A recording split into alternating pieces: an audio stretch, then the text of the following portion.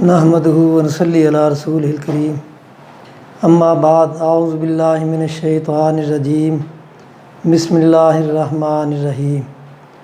فصلی لربک وانحر۔ آج کل اخبارات میں یہ خبریں آ رہی ہیں کہ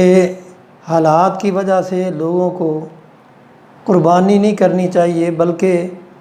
وہ رقم غرباء میں تقسیم کر دینی چاہیے، جبکہ یہ معاملہ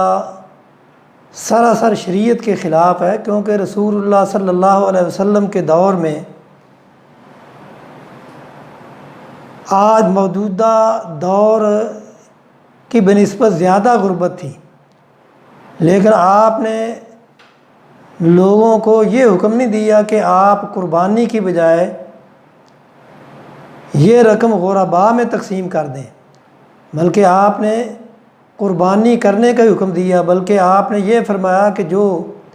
استطاعت رکھنے کے باوجود قربانی نہیں کرتا وہ ہماری عیدگاہ میں شریک نہ ہو۔ تو اس سے یہ معلوم ہوتا ہے کہ جو عبادات ہیں وہ بعینی اسی طریقے سے ادا ہونی چاہیے جس طرح رسول اللہ صلی اللہ علیہ وسلم نے ان کا حکم دیا ہے۔ اپنی طرف سے اگر ہم شریعت سازی کریں گے تو یہ بہت بڑا جرم ہے، اور اللہ تعالیٰ نے ایسے مجرموں کے لیے پھر جہنم کی وعیدیں سنائی ہیں۔ اور باقی رہا معاملہ اجتماعی قربانی کا، تو وہ انشاءاللہ العزیز پہلے سالوں کی طرح جامع مسجد القدس الحدیث چوک دال گرہ میں اجتماعی قربانی کی جائے گی، اور جن دوستوں کو کوئی مشکل ہو وہ یہاں رابطہ کرے۔ اور حکومت کا کام تو یہ ہوتا ہے کہ عبادات میں آسانی پیدا کرے، نہ کہ عبادات میں مشکلات پیدا کرے۔ حکومت کی یہ ذمہ داری ہے، جس طرح وہ حکومت کی عوام کی معاش کی ذمہ دار ہے، اسی طرح دین کی حفاظت کی وہ ذمہ دار ہے، لیکن موجودہ حکومت نے ان دونوں ذمہ داریوں کو پورا نہیں کیا۔ عوام کو یہ مافیا جس طرح ان کا دل چاہتا ہے وہ لوٹ رہا ہے، بلکہ حکومت ان کی معاون ہے۔ تیل کی قیمتیں کم ہوئیں، اور ہمیشہ یہ دستور رہا ہے کہ مہینے کے آخری ایام میں، یعنی آخری تاریخ میں تیل کی قیمتیں بڑھائی جاتی ہیں یا کم کی جاتی ہیں، لیکن اس دفعہ حکومت نے مافیا کا اس طرح خیال رکھا ہے کہ 5 دن پہلے ہی تیل کی قیمتیں بڑھا دی ہیں تاکہ وہ خوب کمائی کر لیں۔ تو خدا را عوام پہ رحم کریں اور اپنی ذمہ داری کو پورا کریں، اور دینی معاملات میں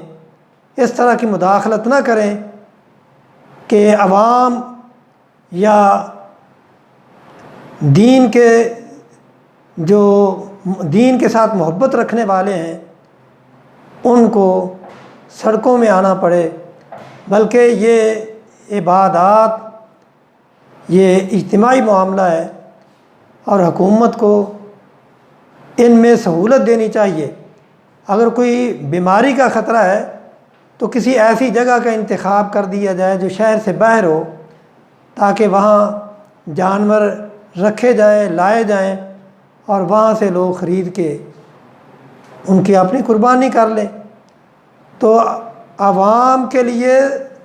حکومت کو سہولت پیدا کرنی چاہیے، نہ کہ عوام کے لیے مشکلات پیدا کرنی چاہیے۔ لیکن یہ حکومت جب سے آئی ہے اس نے ہر معاملے میں عوام کے لیے مشکلات ہی پیدا کی ہیں۔ تعلیمی معاملات ہیں وہ بالکل ابتر ہو چکے ہیں، مدارس بند ہیں، اسکول بند ہیں، اور طلباء جو ہے ان کا تعلیمی نقصان ہو رہا ہے۔ حالانکہ حکومت کو کوئی نہ کوئی ایسا انتظام کرنا چاہیے تھا جس سے یہ تعلیمی نقصان نہ ہوتا، آج بھی ہم حکومت سے یہ مطالبہ کرتے ہیں کہ وہ احتیاطی تدابیر کا خیال رکھتے ہوئے